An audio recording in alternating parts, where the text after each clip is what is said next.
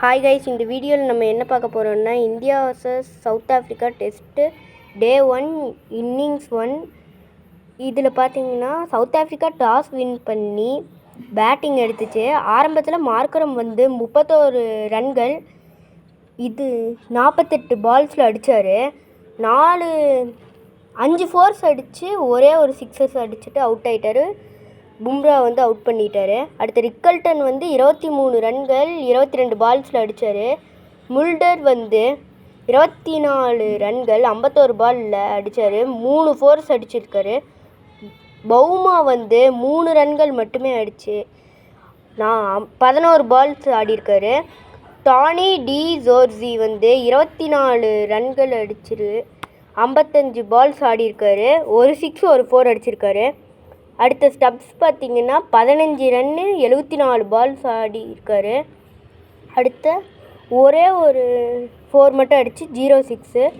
வெரேக் me wicket keeper 16 ரன்கள் 36 பால்ஸில் அடிச்சிருக்காரு, 2 force. அடுத்த ஜான்சன் பார்த்திங்கன்னா 0 ரன்ஸில் அவுட் ஆகிட்டார். அடுத்த கார்பின் 3 ரன்கள் 23 பால்ஸில் அடித்தார். ஹர்மர் பார்த்திங்கன்னா 5 ரன்கள் 5 பால்ஸில் அடிச்சிருக்காரு, அதில் ஒரு 4 வேறு இருக்குது. அடுத்த மகாராஜ் 0 ரன்ஸில் அவுட் ஆகிட்டார்.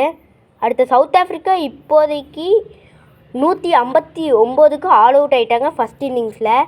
செகண்ட் பார்த்திங்கன்னா இந்தியாவோட இன்னிங்ஸு. அதில் பார்த்திங்கன்னா இந்தியாவுக்காக எஸ்எஸ்வி ஜெய்ஸ்வால் 12 ரன்கள் 27 பால்ஸில் அடிச்சிருக்காரு. 3 ஃபோர்ஸ் அடிச்சிருக்காரு. ஃபுல் அண்ட் ஃபுல்லி ரன்ஸ் பவுண்ட்ரிஸ்லேயே டீல் பண்ணியிருக்காரு. அடுத்த கேஎல் ராகுல் 13 ரன்ஸ் அடிச்சுட்டு 59 பால்ஸ் ஆடிருக்காரு, 2 ஃபோர்ஸ் அடிச்சிருக்காரு. இப்போ நாட் அவுட்டில் ஸ்டாண்டர்டாக இருக்கார். வாஷிங்டன் சுந்தரும் இப்போதைக்கு 6 ரன்ஸ் அடித்து 38 பால்ஸ் ஆடிருக்காரு, 0 ஃபோர்ஸ் அண்ட் 0 சிக்ஸர்ஸ் தான். இப்போதைக்கு இந்தியா 37க்கு 1 இருக்குது. நமக்கு ஹையஸ்ட் விக்கெட்டாக பும்ரா இருக்கார். ஓகே கைஸ், அடுத்த வீடியோவில் சந்திப்போம்.